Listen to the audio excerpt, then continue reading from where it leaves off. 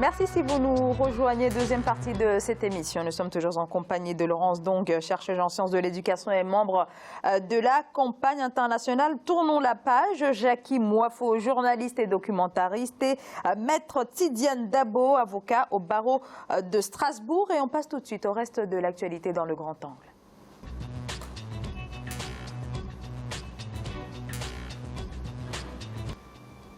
Après une production 2017 de plus de 710 000 tonnes de noix de cajou, la Côte d'Ivoire maintient son leadership sur le marché avec un chiffre record dans sa production 2018, 730 000 tonnes. Le pays garde ainsi son rang de premier producteur et exportateur mondial. Les explications de Semlo Victoria Sedji. La Côte d'Ivoire confirme son leadership sur le marché du cajou. Premier producteur et exportateur mondial de la noix, le pays enregistre déjà sur la campagne 2018 en cours près de 730 000 tonnes produites. En 2017, il a atteint une production record de 711 236 tonnes, ce qui représentait plus de 22% de la production mondiale et environ 33% de l'offre internationale. L'expertise nationale existe, nous avons la matière première, la volonté gouvernementale existe, mais il nous faut maintenant des accompagnements réels pour qu'on puisse partir. Et ça, nous sommes en discussion, en négociation comme tout à fait, et je pense que c'est des choses qui peuvent arriver. Donc on est optimiste et sur ce coup-là pour avoir des solutions. Selon le Premier ministre ivoirien Amadou Gon Coulibaly, le prix moyen pratiqué pour la campagne en cours est compris entre 500 et 550 francs CFA le kilogramme.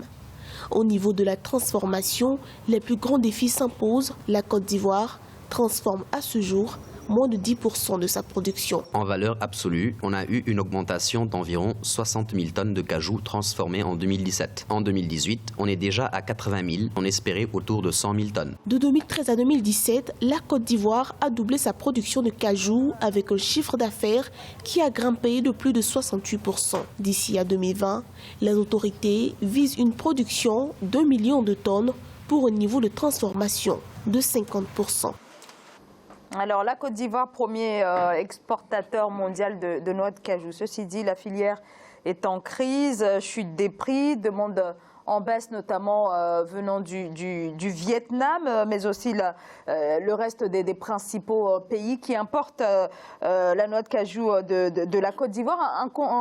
Un secteur donc en crise malgré le fait que le pays se positionne en leader sur le marché. Maître Tidiane Dabo. Oui, je crois que là-dessus aussi il faut louer l'organisation de ce pays, en tout cas au niveau de ce secteur-là. Je crois que l'État ivoirien a pris vraiment les mesures qui s'imposaient en 2013 pour organiser cette filière et qui a valu aujourd'hui d'être parmi les premiers, si ce n'est le premier producteur en matière de noix de cajou. Et louer ce que l'État a fait, mais surtout à travers l'organisation surtout des coopératives, hein, les agriculteurs qui sont sûrs d'avoir au moins un prix fixe qui est fixé par l'État pour éviter justement une sorte de dumping au niveau des prix. Et je crois que malgré les difficultés rencontrées au niveau international, à savoir la chute du prix, l'État quand même arrive à assurer, en tout cas pour les agriculteurs, un revenu qui est quand même assez convenable et assez stable pour justement que la crise ne puisse pas se répéter. Alors quand même les producteurs se sont beaucoup plaints ils se sont beaucoup plaints parce qu'on n'arrivait pas à écouler justement toute cette production qui a été disons stockée en Côte d'Ivoire. Donc, mais quand même, moi, en tout cas, je dis, faisons confiance à l'État, hein, qui a su organiser cette filière pour justement arriver à réguler cette crise-là. Oui, je vous en prie, poursuivez. Oui, pour réguler tout cela au niveau du pays. Jackie Mouafo, vous êtes d'accord, vous, que l'État en fait suffisamment pour réguler la filière, sachant qu'il n'y a toujours pas de circuit de transformation? Je ne pense pas comme Maître Dabo, je ne pense pas que l'État en fait assez pour réguler ce secteur-là. les régulateurs du secteur ont été les paysans eux-mêmes. Hein. L'État vient après voler la vedette à ceux qui ont travaillé dans les campagnes pour mettre sur pied ces coopératives-là. L'État aurait aidé ces paysans-là qu'aujourd'hui, ils n'auraient pas de problème d'écoulement sur le marché. Pourquoi on ne transforme que 10% de noix de cajou dans ce pays-là? Pourquoi ne peut-on pas développer la transformation sur place? Pourquoi ne peut-on pas développer la consommation de ces produits-là sur place et dans la sous-région? Cela donnerait un peu plus de boom, et un peu de CFA dans les porte-monnaies des producteurs. Donc pour moi, l'État ivoirien ne fait pas assez dans ce secteur-là. Laurence donc. Et l'État ivoirien, on ne va pas vouloir toujours dire que tout est noir. Ils ont fait des efforts. En 5 ans, la Côte d'Ivoire est passée premier pays exportateur de noix de cajou. Et là-dessus, c'est super. On ne peut pas dire autrement. Moi, quand j'étais en Côte d'Ivoire, j'ai toujours été frappée par le fait que dans ce pays, il y a l'autosuffisance alimentaire, que beaucoup de pays africains n'arrivent pas encore à atteindre. Donc, ils font des efforts. Mais ce que je ne comprends pas, ce que je trouve paradoxal, c'est que dans cette crise où, de la vente de la noix de cajou, ils n'arrivent pas à exporter tout ce qui est produit, ils n'arrivent pas à le transformer, ils transforment moins de 10%, parce qu'ils transforment 6% qu'ils transforment. Pourquoi mettre une taxe sur les exportations de noix de cajou? C'est ce que je ne comprends pas. Pourquoi mettre cette taxe à ce moment-là précis, où on sait qu'on a toutes ces difficultés? Voilà, moi c'est ce que je n'ai pas compris dans ce dossier.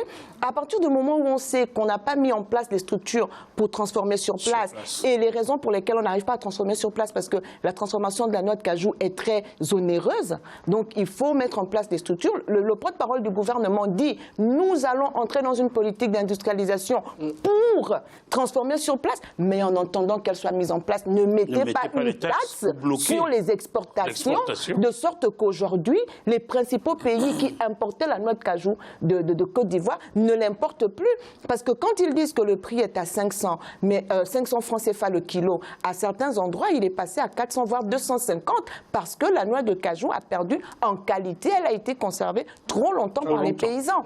Alors, le gouvernement vise un objectif de transformer sur place 100% de la production de noix de cajou d'ici à 2020. Vous y croyez, vous? 100% ou 50%? 100%. Ils veulent transformer 100% d'ici 2020. Alors là, ça va être difficile. Selon les chiffres, en tout cas, alors on va être pragmatique. Ils produisent en moyenne 800 000 tonnes. D'accord? L'année dernière, ils en ont transformé sur place 60 000. Oui. Cette année 2018, ils pensaient arriver à 100 000 tonnes, ils n'y sont pas. Ils sont à peu près à 80 000 tonnes. Et comment ils font pour transformer 800 000 tonnes d'ici 2 ans? En moins de 2 ans d'ailleurs, en moins de 2 ans. Parce que 2020, c'est dans 2 ans.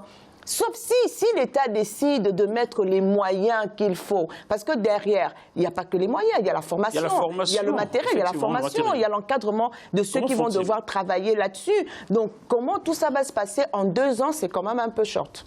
Tidiane Dabo, c'est un objectif irréalisable. Ça a été compliqué et très, très difficile de l'atteindre. Mais simplement, je crois que c'est un objectif... c'est un objectif. Louable, mais difficile à faire. Difficile à faire parce que, vous savez, comme on ne détient pas effectivement les raisons ou bien le monopole du circuit où l'État veut passer pour justement imposer la transformation dans ce pays-là. Je pense que peut-être, étant dirigé par un économiste, ils savent de quoi il parle. Mais je vais revenir sur un aspect quand même, sur la transformation des noix de cajou. Je crois que là-dessus, il faut effectivement un investissement de masse, beaucoup d'argent pour justement créer une industrie dans ce domaine-là. Et aujourd'hui, c'est vrai que la Côte d'Ivoire, avec tout ce qu'elle produit, n'arrive pas justement à transformer tout cela et a besoin d'un investissement privé, surtout l'investissement privé, parce que ce n'est pas l'État qui va développer ça. Moi, j'ai lu que l'État essaye de voir avec les opérateurs économiques, les investisseurs, voilà, justement, pour essayer justement de développer une industrialisation sur le plan effectivement local, parce que quand même c'est un jugement d'emploi pour les jeunes. Je crois que aujourd'hui, c'est un moyen pour l'État de réguler le problème du chômage, parce que c'est vrai que ce problème-là se pose là-bas. Alors effectivement, le secteur emploie 420 000 personnes, donc c'est un secteur hautement stratégique pour l'économie ivoirienne. C'est l'or gris, comme on l'appelle. Il faut dire qu'après le cacao en Côte d'Ivoire vient directement la noix de cajou. C'est un secteur qui peut permettre à la Côte d'Ivoire de passer dans un autre cap sur le plan de l'emploi. Mais il faudrait pour cela qu'il soit bien structuré et surtout que les investisseurs soient des gens fiables. Pourquoi ne pas chercher des investisseurs en Afrique? Pourquoi toujours aller chercher ailleurs? Alors parce que peut-être les autres pays souffrent également des mêmes maux, à savoir cette problématique de ne pas pouvoir transformer, de ne pas disposer de suffisamment de circuits en ce qui concerne la transformation. Je ne suis pas d'accord. Je connais quelqu'un qui concurrençait Nestlé au Cameroun, mais on a tout fait pour le casser. Donc, il y a des industriels africains qui sont capables de développer de tels secteurs. Pourquoi toujours aller chercher hors de l'Afrique? Laurence Dong. Effectivement, la noix de cajou, c'est la deuxième matière première de la Côte d'Ivoire. Et comme dit Jackie, on peut trouver des investisseurs en Afrique. Mais aussi, il a donné une idée tout à l'heure qui était pas mal, c'est faire en sorte que cette noix de cajou soit consommée localement et dans les pays voisins, qu'on la fasse connaître, qu'on sache voilà, à quoi elle sert, etc. Et puis, comme ça, on travaille d'abord un marché, pas qu'ivoirien, mais un marché sous-régional, un marché régional. Et on peut aussi regarder de ce côté-là. On ne refuse pas qu'il se tourne vers le Vietnam. Mais le Vietnam, c'est quand même un peu loin, parce que là, il n'y a que deux principaux pays qui importaient la noix de cajou de Côte d'Ivoire. Le Vietnam et l'Inde. Vous voyez que quand on n'a que deux principaux clients, il suffit qu'ils soient en difficulté pour que voilà, les difficultés se répercutent sur le pays. Donc il faut élargir son marché et chercher d'autres. Si vous permettez, surtout à un moment où le Bénin, pays voisin, est en train de tendre vers le bas sur ce plan-là. Avec les réformes de Patrice Talon, les paysans ont du mal également à écouler les noix de cajou au Bénin, ont du mal à les transférer dans les grandes artères du pays. Et aujourd'hui, la Côte d'Ivoire a un boulevard pour étendre son produit dans la sous-région. Voilà. Non, mais je disais que l'économie de marché, malheureusement, elle est comme ça. C'est le plus offrant qui l'emporte, à qui on... Voilà. Mais quand même... je pense que si on développe, moi je crois en cela, je le disais pour le Rwanda, parce que le Rwanda aussi avait compris ça, pour les minerais, la transformation locale, et pour justement éviter de payer des taxes à l'international pour la transformation de leurs produits, parce que vous envoyez vos produits à l'international, on transforme, et vous revenez, et puis c'est extrêmement compliqué et coûteux. Donc c'est vrai qu'aujourd'hui, les États africains, plus particulièrement la Côte d'Ivoire, ont compris effectivement que s'ils veulent être compétitifs sur le plan international, eh bien, il faut maintenant passer à un autre cap, c'est la transformation de leurs produits, de leurs matières premières, de leurs produits comme la noix de cajou, et que de l'envoyer justement comme ça.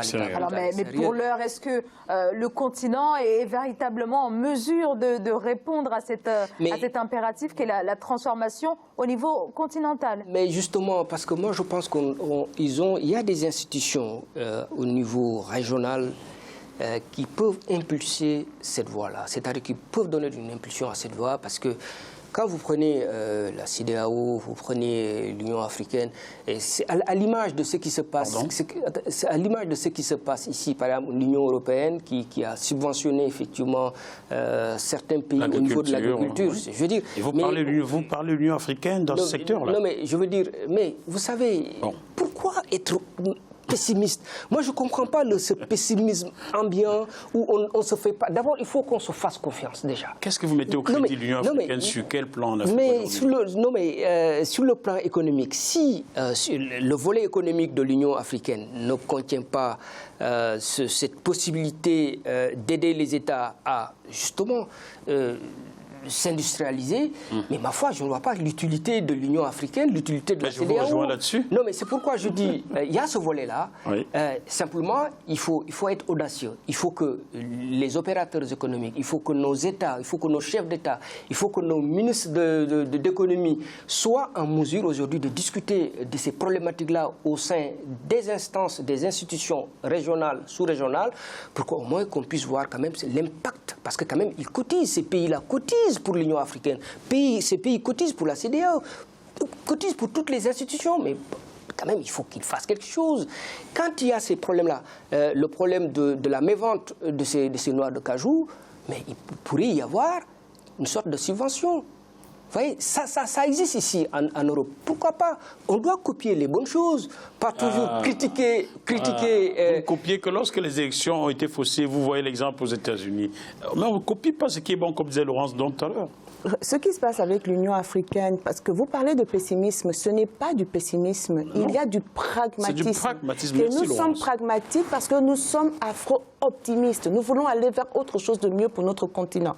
Et malheureusement, l'Union africaine elle-même est financée par l'Union européenne. Comment Donc, voulez-vous que où ça va-t-elle marche? trouver les subventions? Les pays sont censés cotiser, mais on sait qu'en réalité, ils ne le font pas. C'est Tandis ça que la tandis réalité. que le dirigeant Donc, a on ne beaucoup veut d'argent, pas, on ne veut pas aller sur des vœux pieux. Non, mais- on veut des faits concrets qui changent les choses. Non, mais dans le peu que l'Union africaine a à disposition... Reçoit de l'Europe, oui. Oui, On dit ça comme même ça. si on... Mais quand même, Non, c'est vrai qu'elle pourrait. Mais même si on reçoit de l'Europe un montant, mais quand même, on peut défalquer ce montant. Mais venez vivre chez moi, je vous nourris une semaine, je verrai si vous prenez des Non, non, décisions. moi je suis d'accord avec vous là-dessus. L'Union africaine pourrait le faire, mais elle ne le fait Elle pas fait pas. parce que sa priorité, Mais ce justement, ne sont c'est- pas les populations, mais c'est le maintien au pouvoir de ceux qui siègent là-bas. Voilà. Merci. On arrive au terme de cette émission. Merci à tous les trois d'avoir répondu présent. Laurence, donc, je rappelle que vous êtes chercheuse en sciences de l'éducation et membre de la campagne internationale Tournons la page. Jackie Moifo, je rappelle que vous êtes journaliste